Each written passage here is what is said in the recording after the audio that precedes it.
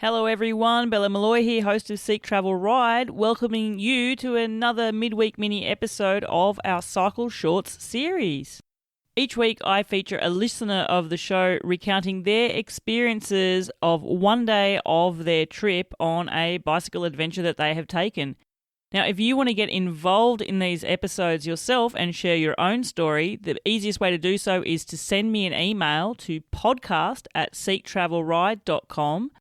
Send me an email and I can let you know how you can share your story and be featured. Now, this week's episode features Jess Thomas from Australia, and she's going to take us to the Carpathian Mountains in Romania for a day of her trip. Take it away, Jess. Hi, Bella. Okay, so a day in the life of a cyclist. We're in the Transylvania region, and any prospective cycle tourist of Transylvania and the Carpathian Mountains probably wants to try the Transalpina or the Transfǎgǎrǎșan. Two alpine roads, lots of hairpin bends, very famous for any type of vehicle, including a bike. So we decided to do the Transalpina because there were less chances of seeing bears on the road, and we were quite petrified because as a cyclist, you don't have much protection if you see a brown bear, as much as we wanted to see one. But as fate goes, all of a sudden, we decided to cycle the Transfǎgǎrǎșan because it was close to proximity to us. We woke up in this small town and it was raining. And in some ways that makes you want to sleep in, but you also know you've got a huge day ahead of you that won't be changing. But it was nice to start with clouds covering the Carpathian Mountains in Romania where we were about to cycle. And we knew we were in for a big ride. The night before, we'd organized with a person at the basic hotel or lodge where we were staying to take our bags for us, which is an absolute dream for a cyclist. I've only done it once or twice in my life. And this guy, we filled his whole car up with all of our bags so that we just had the bare basics, like 2 backpackers with not much at all. And we set off into cycling the Transfǎgǎrǎșan road, and we knew we had 30 kilometers ahead of us to ride 1,500 meters in elevation. And it's got classic hairpin bends and pine tree kind of all around you. But the thing about this ride on this day is that Romania is very well known for bears. In fact, the week before we arrived, a 19-year-old girl was killed by a bear on a walking track, which is really sad for the bears because then they go and cull lots of bears. And so for us, we knew that if we cycled this route, we were likely to see bears. And so it was a matter of sticking together. There were 4 of us. Even going to the toilet wasn't really something we wanted to do. So it really put us on high alert, plus cycling uphill, plus there'd been rain in the morning, so everything was a bit wet on the road. We saw a salamander after about 10 Ks, which was fantastic. And the first 15 kilometers or so, we were in the pine forest. It was fantastic. There was a kind of stop along the way where we were able to eat some hot steaming kurtosh, which we paid $10 for, and looked at a huge waterfall above us that we were going to be cycling well above. And then we kept on cycling a mountain together, starting at 7 a.m. We got up the top at midday. And you go through so many highs and lows on a big cycling uphill route. I love it. I love getting into the grind. I'm not necessarily the fastest, but I really enjoy that endurance aspect of riding up a big mountain. It's satisfying. You're with your friends. And in this case, we had to stick together because if we saw a bear, there was all this planning of what we would do. And then we got to this sort of famous area of hairpin bends. And not only were the bends pretty intense, it was actually a bit easier than we expected. We didn't see any other cyclo-tourists, but we did see road cyclists on a Saturday morning out, kind of like the beanpole type that just goes up so fast you hardly even see them for more than a few minutes in front of you and they're gone. And it was just a dream having no bags on our bikes. And we got up to the top. I felt elated, honestly. My dad and I are on this trip together. So my dad's 63 and I'm 32. And a morning riding up a huge mountain is no mean feat. And to do it with your dad is like such a cool experience. The views were sensational. It's really famous for a reason. Just really rich greens, glistening and rock faces. Then looking down over pine forest and below that, just the lowlands of Transylvania, which means beyond the woods in Romanian. Then we got to the top and we'd organized with the man who'd so kindly taken our bags to the top to meet him for lunch. So met him for lunch and had a celebratory beer. And then we realized we needed to hightail it down the hill because a storm was coming in and it was settling in for the next day or two. And so riding down was a dream.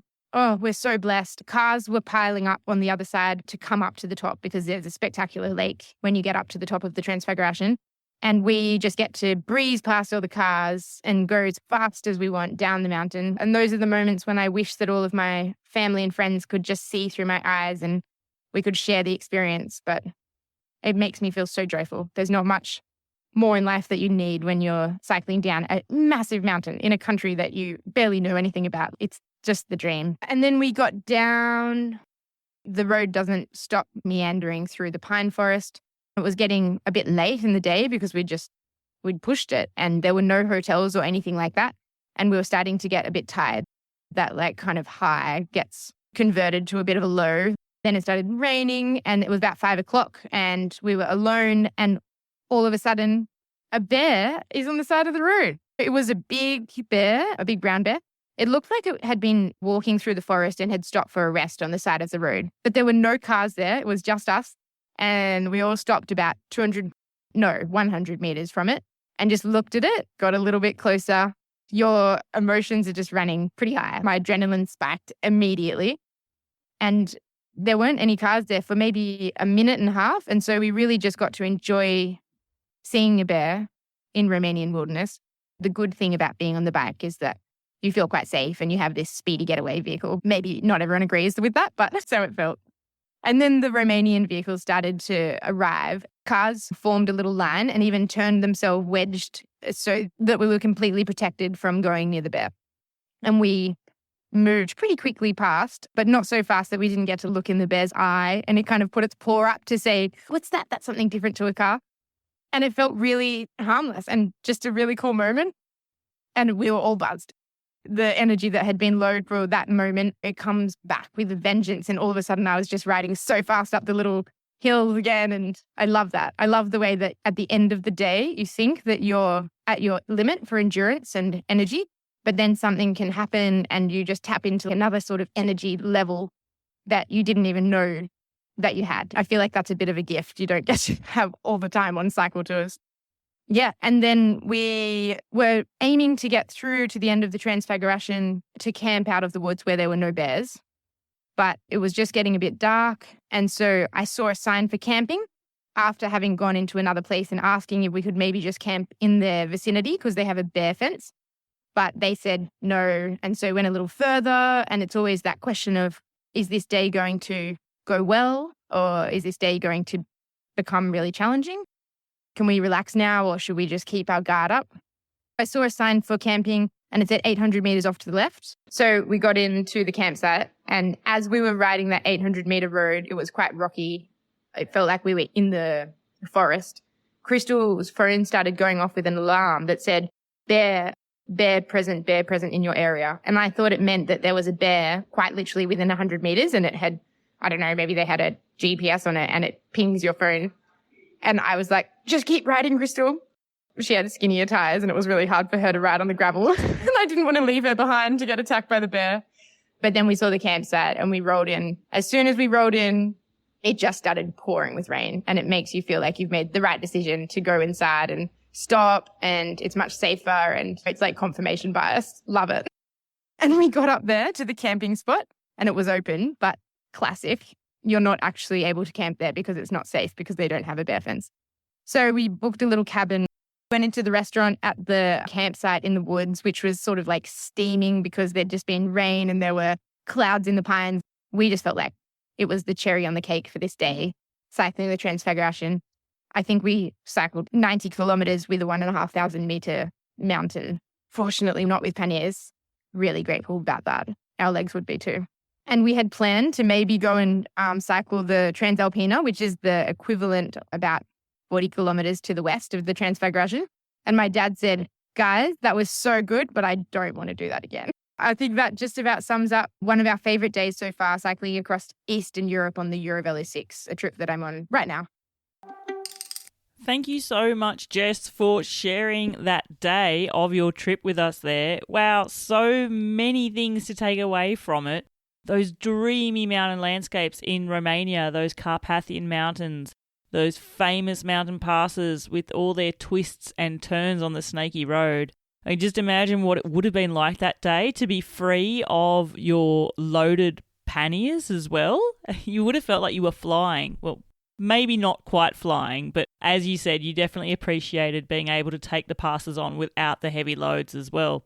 And then to actually see the bears, I love that anecdote that you had, that you went past being shielded by the cars, but the bear sort of had a bit of a look at you going, oh, I wonder what you're about.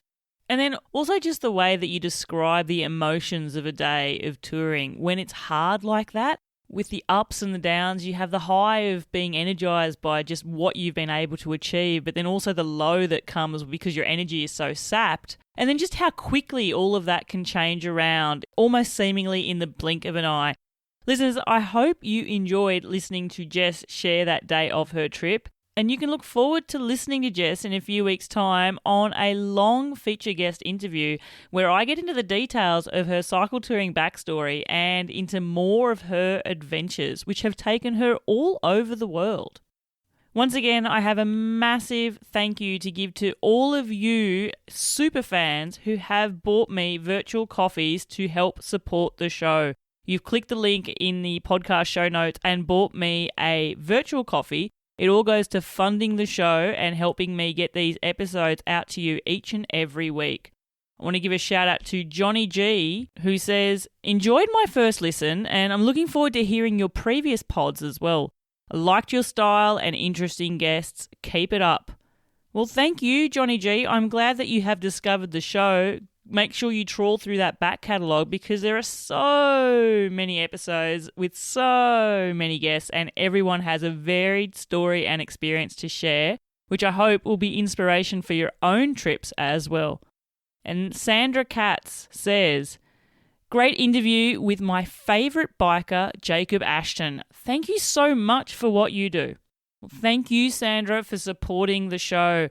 I really love digging into Jacob's backstory, and I've been following him on his Instagram account to see where he and his partner Carolyn are headed to each and every day. They're currently in the high mountains of Kyrgyzstan, and it is amazing to see their progress. Thank you once again for supporting the show. Now, listeners, if you would also like to show your support and appreciation for what I'm putting together here at Seek Travel Ride, it's pretty simple. All you have to do is click the link for Buy Me a Coffee, which I have included in the show notes. Click that link, buy me a coffee, and help me continue to produce this show for you. Until the next episode, I'm Bella Malloy. Thanks for listening.